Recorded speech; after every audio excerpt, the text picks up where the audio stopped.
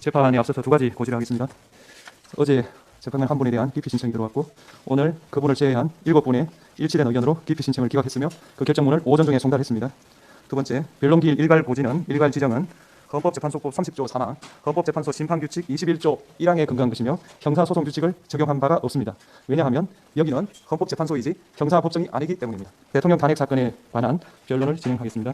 출석을 확인하겠습니다. 청구인 소추위원 법제사위원장님 나오셨고요. 피청구인 본인은 안 나오셨죠.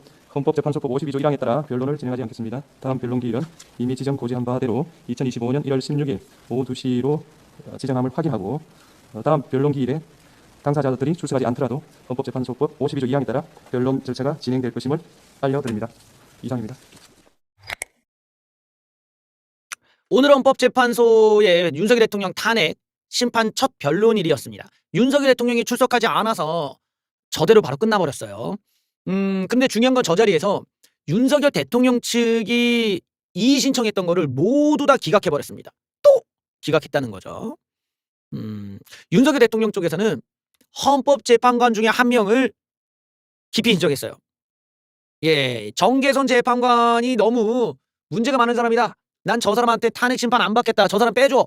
라는 판사 기피 신청을 했는데 그 판사도 형사재판이 아니라 헌법재판관 기피 신청을 했다라는 거야. 예. 탄핵 심판을 앞둔 대통령이 탄핵 재판관 보고 나 제 마음에 안 드니까 빼줘라고 했다는 건데 이 정도면 이거 정상적인 지금 대응은 아니거든요. 이 정도면 거의 대놓고 날 반드시 탄핵해줘 뭐 이런 느낌이야. 바로 기각당했습니다. 그것도 만장일치에 만장일치로. 윤통 기피 신청 만장일치 기각. 대체 왜 이러는 걸까요? 윤석열 대통령의 지금 이 대응 자체가 거의 자기 무덤을 파는 방식입니다. 윤석열 대통령 쪽은 재판관 정계선 재판관 기피 신청 뭐라고 얘기하냐. 정계선이가 진보 성향을 아니지 퇴보 성향을 띠고 있고 공정한 재판을 기대하기 어렵다. 그런데 헌법재판소에서는 재판관 7명의 만장일치로 기각해버렸다. 이제까지 헌법재판관 기피 신청이 받아줘 본 적이 없어요. 예, 받아줘 본 적이 없어. 뭐 그럴 만두하지 이거를 뭐 여야가 합의해서 결정한 건데 그거를 뭐 헌재가 지들끼리 나가려고 나갈 수가 있는 게 아니지. 그러니까 이런 요청 자체는 굉장히 좀 얼탱이가 없는 것이기는 해. 물론 이제 우파 관점에서는 약간 좀 이상한 사람 아니냐 이렇게 지적할 만한 어떤 커리어가 있긴 하거든요. 뭐 예를 들면은 저 사람의 남편이 좀 문제가 된다는 거야. 저 사람 남편이 뭐더라 저기 지금 윤석열 대통령을 탄핵하는 그쪽 변호인단이 속해 있는 거기 법인회사에 같이 있다는 거야. 그러니까 이 헌법재판관 남편이 지금 윤석열 대통령 탄핵하는 변호사랑 같은 회사에 있는 사람이니까 이거 불공정 아니냐 이렇게 된 거지. 근데 헌재에서는 그냥 바로 기각을 때려버렸다라는 거예요. 뭐 그리고 이제 이제 뭡니까 저기 탄핵에 대해서 좀 이게 좀 지레 짐작해서 얘기한 건 뭐 계엄에 대해서 불법인 것처럼 지레 짐작해서 얘기했다는 것도 문제 삼았는데 사실 이러면 이제 정영식 윤석열 대통령이 임명했던 정영식 재판관도 지금 또 문제가 돼요. 왜냐면 윤석열 대통령이 진실화해위원장으로 이 사람을 또 꽂아 넣었기 때문에 어떻게 보면 정영식 같은 경우는 윤석열 대통령과 더 이해관계가 뚜렷한 입장이 돼버린 거죠. 그러니까 양쪽을 뺄 거면 양쪽 다 그냥 걸고 했었어야 되는데 한쪽만 어차피 되지도 않을 얘기였지만 근데 이러다 보니까 지금 윤석열 대통령의 탄핵 가능성이 더 올라갔다. 예. 내 생각에는 안 그래도 100%였는데 한 50% 더 올라갔다. 150%로 이제 확률이 더 올라가지 않았나 이렇게 보입니다. 그 외에 이 재판 기일도 왜 이렇게 막 일관적으로 정했냐? 헌법재판소에서 그거 우리가 룰에 따라서 했어 이러고 그것도 기각을 했어요. 변론기일 일관 지정은 우리가 알아서 하니까 규칙에 의해서 한 거니까 문제 없어 이러고 또 깠단 말이야. 그러니까 윤석열 대통령 측은 계속 절차적 문제만 지금 걸고 넘어지고 있단 말이에요. 절차적 정당성을 문제 삼고 있다. 그래요. 기피 신청 기각이 유감이고 기일 일괄 지정은 헌재 월권이다. 그러니까 헌재가 지금 공정하지 않고 헌재가 지금 마음대로 막 하고 있다. 이러면서 이제 오히려 헌재를 디스하고 있단 말이야. 이러니까 또 다시 확률이 올라가겠죠. 내 생각에는 한 200%로 좀 올라가 있다. 왜 이러는 걸까요? 이거는 대놓고 탄핵해달라는 건데 사실 윤석열 대통령 쪽이 계엄에 대해서 합리화하기도 어렵고 당위성을 찾기도 어렵고 설득하기가 법적 증거도 없고 여러 면에서 곤란하긴 한데 전략이 굉장히 비상식적인 면이 있어. 근데 왜 저럴까? 그거는 윤석열 대통령은 탄핵이 나올 걸 알고 있다는 거야. 변호사 측도 알고 있는 거고 윤석열 대통령도 알고 있는 거야. 알고 있으니까 저렇게 나오는 거라고 보거든요. 무슨 말이냐면 불복을 할 거다 이거지. 자기네들은 탄핵 인용되면 불복 선언하고 또 버틸 거다 이거예요. 이거는 인정 못한다. 대통령은 나다. 그렇지. 이거는 우리는 인정 못하고 이건 불복이다. 대통령은 나야. 이걸로 가겠다 이거거든요. 그리고 또 이제 사람들 모아서 자기를 또 성처럼 쌓아놓고 난 못 나간다 이놈들아 뭐 이걸 하겠다라는 거거든요. 지금 전략 자체를 그렇게 지금 쌓아놓고 있고 형사 쪽은 계속 이렇게 좀 시간을 끌자. 경호처 애들 박아놓고 내가 보호만 받고 시간만 끌면 어쩔 거야. 쟤네 수사를 못할 텐데. 그러니까 내가 버틸 수 있다 이거거든. 그렇게 해서 탄핵만 뭐 인용이 나오면은 무조건 버티기고 기각 나오면 땡큐지만 어차피 지금 상황에서 기각 나올 가능성이 없으면 나는 버티겠다. 불복한다. 탄핵 불복해서 대통령 난데 뭐냐 이러고 딴 거 하면 또 그걸로 법정 소송하고 뭐 또 그런 식으로 시간 끌겠다 이거거든. 이게 사법의 단점을 이용하는 거죠. 사법이라는 건 시간이 오래 걸린다는 단점이 있는데 그걸 이용해서 자기가 시간을 벌겠다라는 거거든. 그러니까 이거 불복을 노리고 지금 저렇게 나간다고 봐야 돼요. 대통령의 목적은 탄핵 불복이 있다라는 거지. 그러니까 아주 본인의 생각들은 계획은 그럴싸해. 그런데 문제는 내일 체포가 되시면은 그 모든 계획이 다 망하는 거죠. 내일 체포가 안 돼야 돼. 어떻게든 대통령을 이번 주에 체포를 못하고 공수처 경찰에 다시 물러가야 그 가능성이 그나마 있을 겁니다. 그래도 당연히 다시 또 영장받아 다시 오겠지만 어떻게든 체포가 안 돼야 되는데 체포가 되면은 이 48시간 공수처가 잡아놓고 수사를 할 수가 있단 말이에요. 48시간 잡아놓은 다음에 구속영장을 청구할 거란 말이야. 그러면 바로 난스톱으로 영장 나오면은 2주 동안 잡혀 있어야 돼. 그러면 2월 초까지 윤통은 구속된 상태로 있어야 돼요. 2월 초까지가 그냥 날아가 버려. 그러면 2월 초에 이 공수처가 막 수사한 거를 검찰에다 넘겨. 그럼 검찰이 그거 받자마자 기소야. 구속 기소를 때려버리는 거지. 그러면은 법원에서 구속 기소 콜 이러고 할 거란 말이에요. 왜 구속 기소가 가능하냐면 지금 계엄에 참가했던 모든 군인들이 구속 기소 당하고 있거든. 못 나오잖아. 노상훈도 못 나와. 뭐 문상훈도 못 나와. 아무도 못 나와. 다 구속이야. 구속된 상태로 기소야. 그냥 들어가서. 그런데 윤석열 대통령이 어떻게 석방이 되겠어? 그냥 구속이야 바로. 그럼 몇 개월 내내 이 상태로 가니까 그만 탄핵이 인용되고 대통령이 뭐 감옥에서 불복하면 뭔 소용이 있냐. 어차피 새롭게 대선 주자 내놔갖고 우리 새로운 선거하고 있을 텐데. 그러니까 여기서 윤석열 대통령 계획이 다 망하는 거예요. 그래서 대통령이 체포를 안 당해야 돼. 할 거면은. 근데 당하는 순간 우리 윤통께서는 그다음부터는 우리가 구경하기 어렵다. 과거의 사진을 봐야 되는. 과거에 우리 윤통 뭐 식당 메뉴판 보는 그런 거라던가 영상 아니면은 뭐 우리 김건희 여사 손 꼭 붙잡고 이제 비행기 타시는 모습 아니면 뭐 이제 국수 드시는 모습이라던가 뭐 어디 국밥 드시는 거나 소주 이렇게 마시는 이런 거 우리 과거 영상으로만 봐야 돼. 새로운 윤석열 대통령 영상 업데이트 안 됩니다. 예, 구경할 수가 없어. 지금 그 상황을 눈앞에 두고 있습니다. 근데 윤통은 경호처가 자기를 위해 완전히 철저하게 막아줄 거라고 기대했는데 지금 흘러가는 이야기는 그렇게 안 가고 있잖아요. 어쨌든 경찰은 대치할 수 있는 상황까지 생각해서 2박 3일 동안 계획을 갖고 있는데 저쪽의 인원을 보면은 모아봤자 200이란 말이야. 모아봤자 200이라고 치면은 못 버티는 거야 2박 3일을. 애들 밥도 먹고 화장실도 가야 되는데 그러면 대열이 다 무너지거든요. 그러니까 뭐 대충 한 10시간도 못 버티고 다 무너지기 때문에 아마 그렇게 장기전까지 준비했다면은 의미가 없는 대립이지 사실. 그러니까 나는 사실 이 과정이 너무 좀 추하지 않냐. 이게 우리가 뽑았던 대통령으로서 이런 모습을 보여준다라는 거는 상당히 실망스럽고 국가적으로도 너무 망신이다. 대통령이 체포 자체를 안 받으려고 한다라는 게 스스로가 얼마나 큰 잘못을 했다는 걸 인정하는 꼴이냐. 좀 그리고 또 우리나라의 어떤 사법 체계를 존중하지 않는 태도도 그렇고 법치를 중요하게 여겼던 우파의 한 사람으로서는 좀 이런 모습은 너무 좀 종북 빨갱이 같은 느낌이 들어서 좀 씁쓸합니다. 근데 결국에는 이렇게까지 물리적으로 끌고 나와야 되는 상황까지 왔네요. 물론 이제 변수는 있을 수 있어요. 뭐 예를 들어 들어갔더니 대통령과 이제 변호사가 공수처장이랑 이렇게 해갖고 얘들아 야 제3의 장소 어떠냐? 뭐 이렇게 제안을 한다던가 그제서야 야야 내가 그냥 일요일날 자진 출석할게 뭐 이런다던가 그제서야 뭐 말을 바꿔서 자진 출석을 약속한다든지 이럴 가능성은 있지. 다 뚫리고 관저에 경찰이 딱 들어가 공수처 검찰과 이렇게 딱 들어갔더니 우리 윤통께서 뭐 시바스리갈에 이제 맥주 타갖고 이게 마시면서 야 알았어 나갈게 이러고 할 수도 있어요. 막 이렇게 끌려오는 게 아니라 할 수도 있으니까 뭐 그런 변수도 있겠지만 일단은 이제 본인의 계획에 있어서는 자기는 형사재판은 경호처가 막아주고 뭐 이런 군 병력을 막고 버틸 때까지 버티고 탄핵은 뭐 인용이 나오든 뭐가 나오든 난 불복이다. 난 버티겠다. 이런 생각을 지금 갖고 있어서 계속 여론전만 하고 있다는 거예요. 근데 그 여론전이 명분이 부족하니까 사실은 의미가 없다. 근데 내부적으로 사람들이 다 이탈하고 있는 상황이라는 거는 얼마나 이제 그 궤변을 늘여놓은 것이냐라는 걸 알 수가 있죠. 그러니까 이렇게 정치하면 안 된다는 걸 알 수가 있습니다.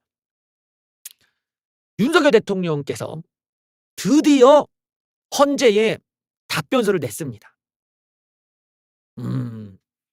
야, 이 정도면 사실 그냥 탄핵 그 심판을 포기한 거지. 뭐 이제서야 된 걸 보면 이게 헌법재판관들이 너무나 어이가 없는 거야. 어이가 왜냐면은 이쪽이 이제 그 뭐 탄핵을 이제 그 평가받아야 될 입장이잖아. 면직이냐 파면이냐 아니냐를 결정받아야 되는데 한쪽에서는 제가 계엄을 불법적으로 했죠라고 했다 이거야. 그러면은 이쪽에서 그 계엄을 했는데 계엄을 한 건 인정하죠. 그랬더니 인정한데 포고령 쓴 거 인정하죠. 인정한데 자 그러면은 계엄을 왜 했어? 그랬더니 그건 나중에 뭘 나중에 빨리 내 이랬더니 안 내. 그렇게 지금 안 내고 있다가 오늘 드디어 낸 거. 오늘 드디어 오늘 냈습니다. 이 내용이 어떤지를 보시면은 참 재밌는 내용이 많이 있었습니다. 헌재에 드디어 답변서를 내서 왜 계엄을 했는지를 오늘 얘기했다고 합니다. 보니까 뭐라고 하냐? 비상계엄 선포한 이유가 뭐냐? 부정선거가 써 있었다. 중앙선거관리위원회가 전산 시스템을 부실하게 관리해서 선거 결과를 신뢰할 수 없어서 비상계엄이 선포됐다는 취지의 답변이 있었다. 예, 부정선거 때문이다라는 게 일단 들어갔고요.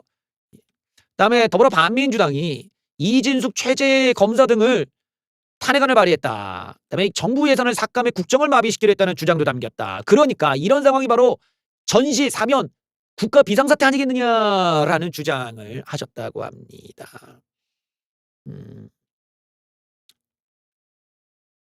어떻게 이해를 할 수가 있을까요? 저거는 지금 윤석열 대통령이 결국에는 포기한 거야. 저게 씨도 안 먹힐 거를 아시면서 한마디로 지금 자포자기했다고 볼 수가 있는 거죠. 어차피 자기는 불복할 거니까 뭐 그럴싸한 이유 따위는 못 찾는 거지. 흔히 전시 사면 국가 비상사태 정도가 되려면 많은 사람들에게 바로 직결적으로 신체적 위협에 가할 정도의 뭔가가 나와야 되는데 윤석열 대통령 혼자서 내 입장은 이게 국가 비상사태로 생각했으니까 사실 망한 거지. 부정선거나 뭐 이런 탄핵안이든 예산안이든 이런 것들이 이제 깐깐하게 따질 텐데 윤석열 대통령의 주장이라는 것은 사실 지금 부하들의 증언과 비춰서 보면 다 틀린 말로 지금 보여져요. 그거를 제가 지금 오늘 하나하나 같이 보실 겁니다. 일단은 무성선거에 대해서 한번 알아볼까요? 무성선거를 보시면요. 대법원에서 패소를 했어. 예. 대법원에서 무성선거 기각. 예, 윤통은 이 뉴스를 안 보셨나 봐. 예, 이미 기각당한 지가 꽤 됐거든. 부정선거 실행 주체가 없어. 대체 부정선거 누가 있냐고. 그거를 부정선거 중이 말을 못해 지금. 부정선거 얘기하는 쪽에서. 구체적 증명 없이 의혹 제기만 하고 있다. 그렇죠. 증거가 없어. 증거가. 자, 부정선거가 이미 기각당했는데 여기를 보면은 성명불상의 특정인이 투표 단계에서 서버 등을 통해 사전 투표수를 늘렸다 등등등등등 얘기했지만 대법원은 뭐라고 하냐. 중앙선거관리위원회 전산센터에서 뭐 QR코드 기계장치, 프로그램, 정보 등의 사항을 확인하기 위해 현장 검증도 하고요. 인천지법에 증거 보존된 투표지에 대한 재검표도 끝냈고요. 또 위조된 투표라고 주장하는 투표지 122매. 그러니까 이거 뭐야? 이거 형상기억종이랍시고 이게 갖고 온 거야. 이쪽에서 고소한 쪽에서 형상기억종이야 이러고 내기도 하고 한 것들. 이게 빳빳한 종입니다. 어떻게 빳빳할 수 있습니까? 하고 냈어. 근데 봤더니 안 빳빳해요. 접혀 있었다는 거야. 근데 재판부는 뭐라고 하냐. 제가 항상 주장했던 거죠. 선거관리위 정당 추천에 받은 참관인 공무원들이 수많은 인원이 참여하여 표를 보기 때문에 부정선거 음모론자들이 얘기하듯이 부정한 얘기를 하기 위해서는 고도의 전산교주가 해킹 능력뿐만 아니라 그뿐만이 아니야. 더 많이 대규모의 조직, 막대한 돈이 필요해. 하지만 대체 그 부정선거를 시행한 주체가 누구냐? 즉 이 정도의 조직과 돈을 쓸 수 있는 그게 누구냐는 거야. 어디 뭐 중국, 어디 조선족이야, 어디 북한 김정은 뭐야, 어디 종북단체야, 뭐 누군지를 얘기해달라는 거야. 근데 없어. 누군지를 몰라. 그냥 성명불상이 누군가야. QR코드를 사전투표용지에 인쇄했다는 이유만으로 1년 보드로 QR코드를 표시한 게 선거법 위반이다 볼 수 없다. 그리고 QR코드가 개인정보 침해 여지도 없고 구체적으로 어떻게 위반된 건지에 대한 주장 증명 없이 부분적 통계를 평면적으로 해석한 뒤 이를 근거로 선거가 부정하다는 주장은 받아들일 수 없다. 예. 그래서 기각, 패소 됐습니다. 이제 이미 반박당한 게 많아요. 저게 반박당한 게 많고 내가 자꾸 얘기하지만 우리나라 선거는 부정선거가 나올 수가 없는 구조야. 무슨 우리나라 선거 제도를 갖다가 마구잡이로 만든 게 아니라 중간중간 마다마다 감시체계가 다 들어가 있어. 그러니까 부정선거를 내가 볼 때는 대규모로 섭외해도 안 돼. 왜냐면 그렇게 하다가 들키니까. 이거를 안 들키고 한다는 게 불가능한 미션이라는 거야. 내가 자꾸 말하지만 참관인들 각 정당에서 추천해서 가서 다 보고 있고 일반 선생님들 몇십만 명이 들어서 같이 봐. 그 다음에 이거를 표를 갖다가 분류를 해갖고 같이 보고 그거를 정당 사람끼리도 확인한 다음에 그 다음에 중앙당에다가 보내. 우리 지금 몇 표 받았어요. 그러면 거기 의원이 오케이 하면은 그게 반영이 돼서 가니까 이미 개표 단계에서 몇 단계를 거쳐버려. 그러니 이게 부정이 나올 리가 없고 틀릴 리가 없지 애초에. 그러면은 이거를 만약에 어떻게든 틀리게 만들겠다. 그러면 본투표가 아니라 사전투표를 통과리를 했다 이렇게 나가야 되잖아. 이것도 불가능해요. 불가능이야. 물리적으로 불가능하다는 거야. 생각을 해봐. 예를 들어서 우리가 사전투표를 갖다가 바꾸려면은 사전투표 그날 이 사전투표 함에 몇 표가 들어갈지를 미리 예측할 수가 없잖아요. 그 얘기는 사전투표를 통과리를 완전 범죄처럼 하려면은 이 표에 들어가 있는 이 통에 사전투표함이 있어. 요거를 갖다가 몰래 나쁜 놈이 가가지고 이 표에 몇 표가 있는지부터 알아야 돼. 이 통에. 그래야 완전 범죄가 될 거 아니야. 그럼 이 통을 갖고 와서 세야 돼. 일일이 다다다다다다다다다다다 세야 돼. 세야 돼. 다다다다다 세. 그 숫자에 맞게 표를 또 조작질을 해야 돼. 그만큼 프린트를 또 해야 돼. 그다음에 거기다가 도장을 일일이 찍어야 될 거 아니야. 다다다다다다다 찍어 한 장도 틀리면 안 돼. 다다다다 넣고 표가 맞는지 비교한 다음에 거기다 이 통에다 넣어야 돼. 그렇게 해서 갈아쳐야 된다는 거야. 그 행위를 3, 4일 안에 해야 돼. 안 들키고. 전국적으로. 가능하겠습니까 이게? 이 많은 양을 어디서 교체를 하면 어디서 베껴가지고 어디서 도장 찍겠어. 한 사람이 그걸 어느 세월에 그걸 찍고 있냐. 안 된다는 거야. 물리적으로도 불가능하다는 거지. 그러니 원천 차단되는 거야. 애초에 CCTV를 다 보고 있지만. 그러니까 부정선거를 주장하는 쪽에서 얘기하는 그 상상이라는 거는 현실에서 물리적으로 불가능하다는 거지. 통과리도 불가능해. 개표기 조작도 불가능해. 거기 있는 참관인들을 매수해서 하더라도 불가능해. 안 된다는 거야. 안 돼.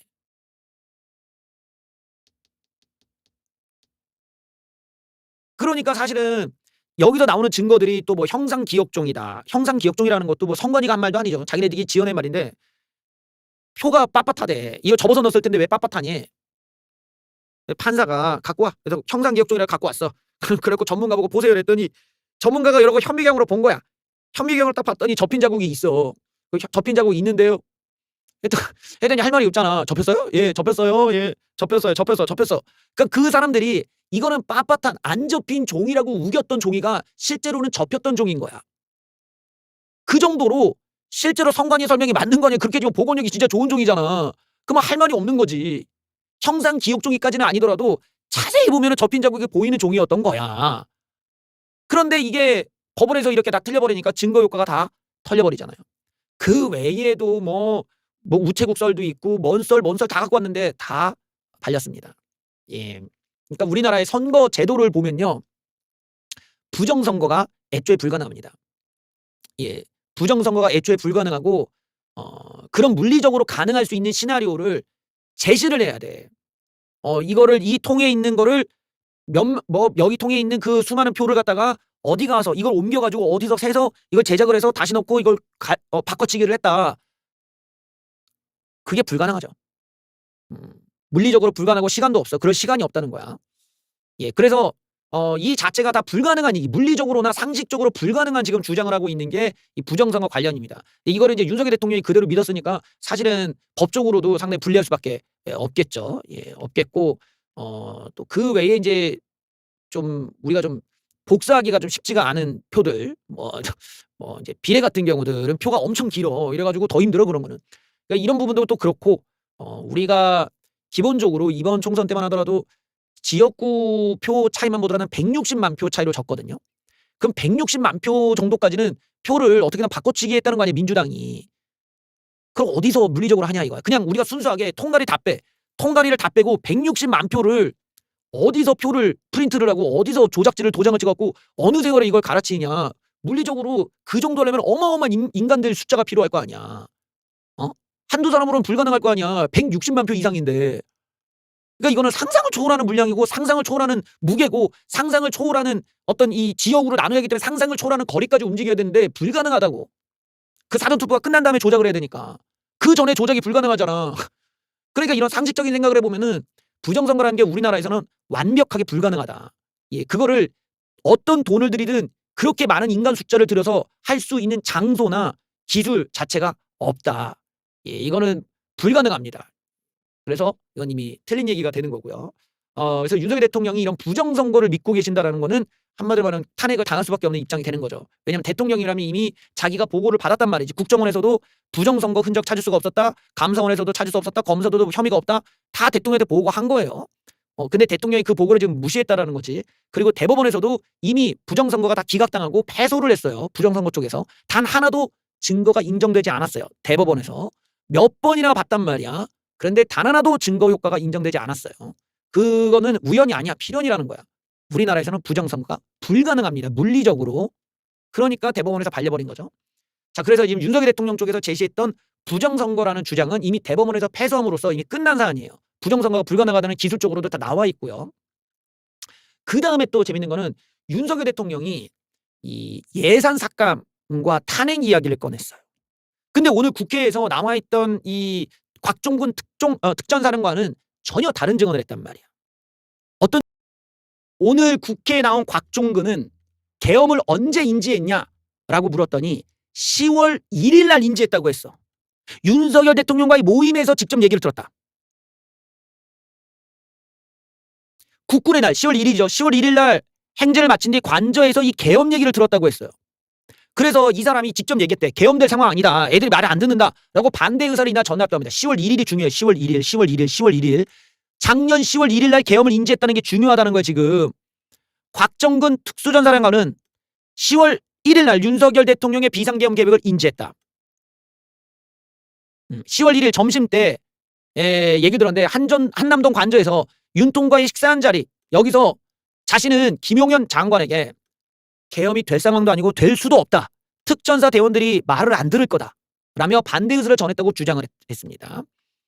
그러니까 갑자기 김용현이 대통령께서 말씀하셨다면서 대대급이야 강화수당 돈을 더 올려줘라 라고 얘기하셨다. 마치 계엄령에 협조하면 수당을 더 줄게 라는 말로 이렇게 당근책을 준 것처럼 얘기가 됐다라는 겁니다. 그래서 질문 자체가 국군의 날 10월 1일 날 대통령 관저에서 김용현이랑 여인영이랑 윤석열 대통령이랑 밥 먹으면서 반국가 세력 비상계엄에 대한 얘기를 나눴니 했더니 그런 기억이 있다라고 얘기했습니다. 그러니까 이게 뭐냐? 계엄에 대해서 구체적으로 얘기가 나온 게 10월 1일이라는 거예요. 물론 대통령이 이대로는 안 된다. 이거 뭔가 군사력을 이용해서 뭔가 있어야 된다라고 얘기했던 게 총선 전 3, 4월인데 아주 뚜렷하게 군인이 직접 들은 거는 10월 1일이래. 근데 되게 이상하지 않아요? 윤석열 대통령이 지금 헌재에 제출한 일종의 해명에 따르면 내가 계엄을 선포한 거는 야당이 예산을 후려쳐서 얘네들이 탄핵을 막 연락에 해서 라고 했단 말이야.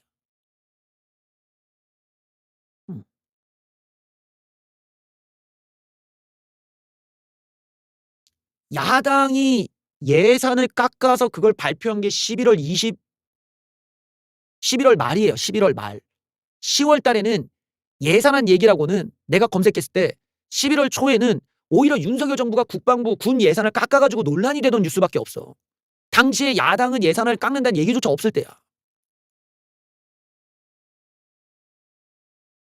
그러면 야당의 예산을 특활비를 깎고 뭘 깎는다는 얘기가 나오던 게 11월 달 넘어가서 나온단 말이야. 점점. 그리고 그 예산을 깎았던 내용 자체가 발표된 게 11월 말이야. 11월 23일인가 그때쯤이란 말이야. 근데 어떻게 10월 1일 날 계엄령 얘기가 나오냐 이거지.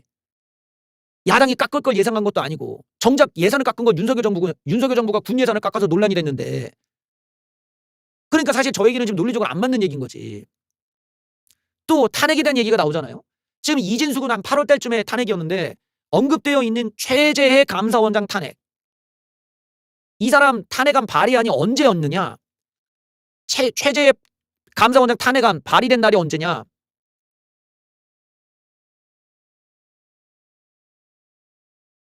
최재 감사원장 탄핵안이 발의된 게 언제냐?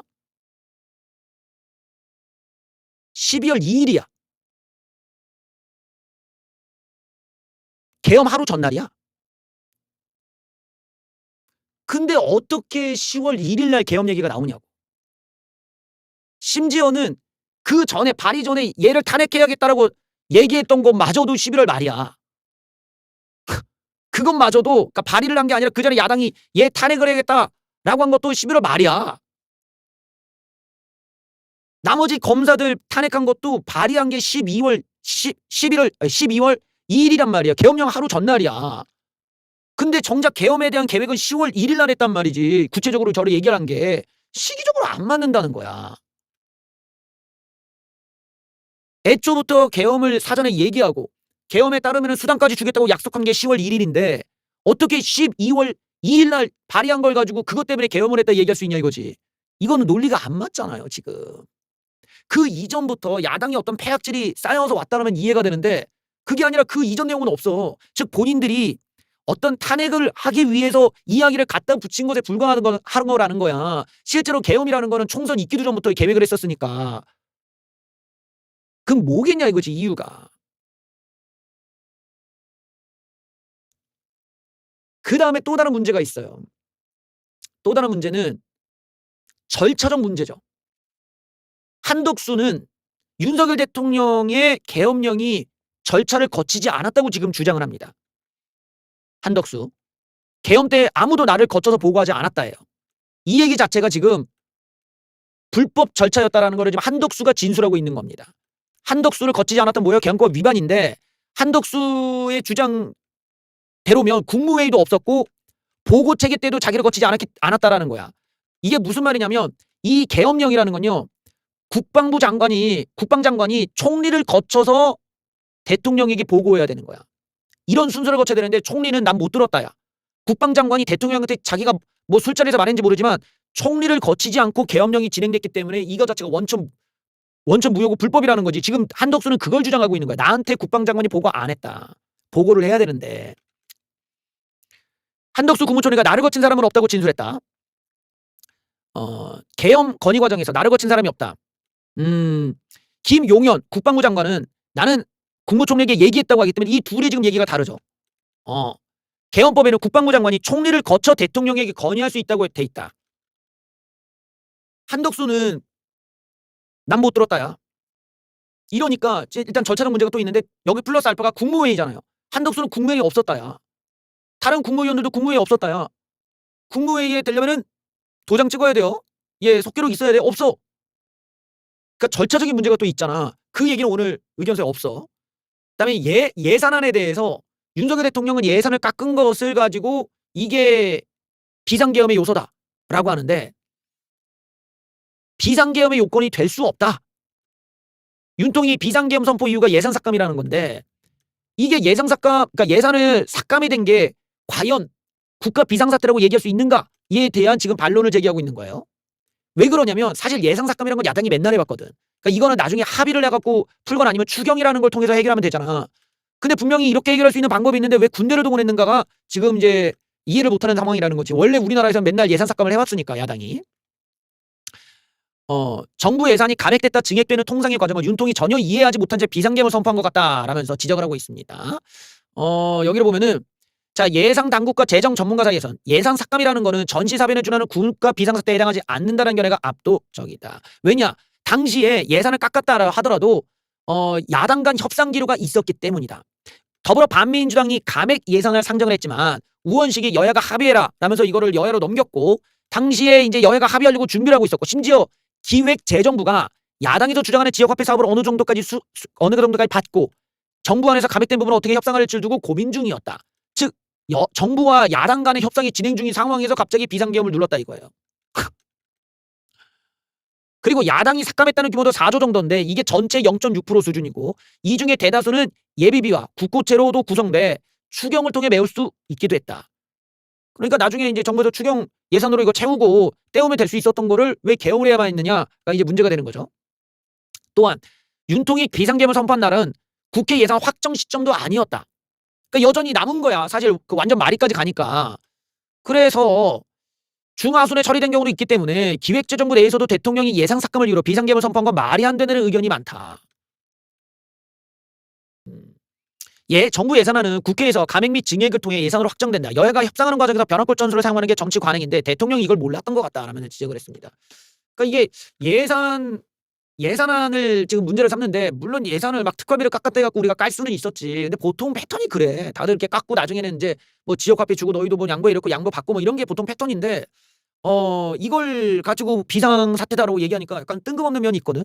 그리고 앞에서도 봤듯이 예산안이라는 거는 12월 중순 정도까지 합의를 본단 말이에요. 그러니까 그때까지는 끝난 게 아닌데 대통령이 왜 이걸 가지고 국가 비상사태로 인지했는가? 이것도 말이 안 되는 거지.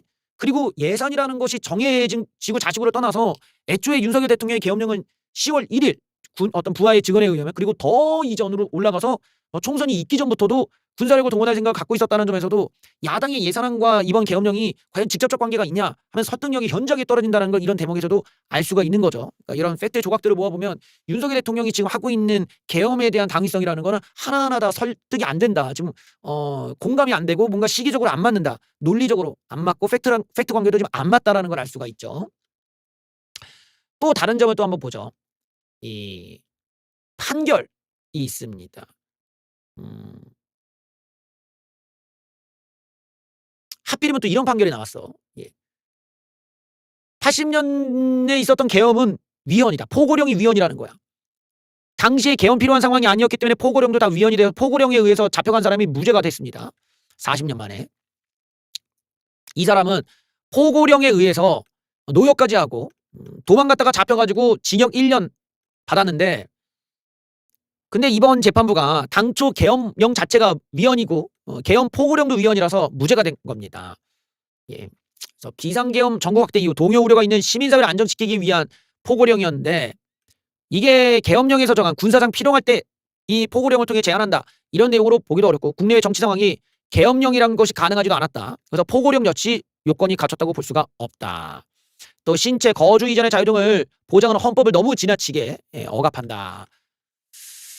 그러니까 이걸 보면은 지금 윤석열 대통령의 포고령 역시 이 헌법적으로 가치를 존중받아야 된다는 걸 알 수가 있잖아요. 이제 헌법에서 국민들이 누려야 되는 기본적인 그런 권리들이 있는데 그것들을 상당히 제약하는 내용으로 가득 차 있었단 말이죠. 특히 이제 국회 문제나 또 언론의 자유 문제나 시위 집회 문제나 또 뭐 처단한다 전공의들을 이런 내용들은 전혀 헌법적이지가 않고 또 우리들이 갖고 있는 기본적인 권리를 존중하는 내용이 아니에요. 그래서 그런 포고령이라는 것이 당연히 법정에서도 인정받기가 어려울 것이고 그 이전에 지금의 이 계엄령 자체가 합법적으로 인정받지 못한 포고령도 다 이제 위법이 되다 보니까 자연스럽게 이제 윤석열 대통령이 이 계엄령에 대한 타당성을 입증하지 못한다면 포고령에 의한 내용들도 또 이제 윤석열 대통령이 또 이제 여러 가지로 책임을 져야 되는 상황이 올 수도 있습니다. 특히 국회에 쳐들어간다던가 그리고 그 포고령에 있지도 않은 선관위를 그러면 왜 들어간 건가 뭐 이런 것도 나중에 논란이 또 될 수가 있겠죠.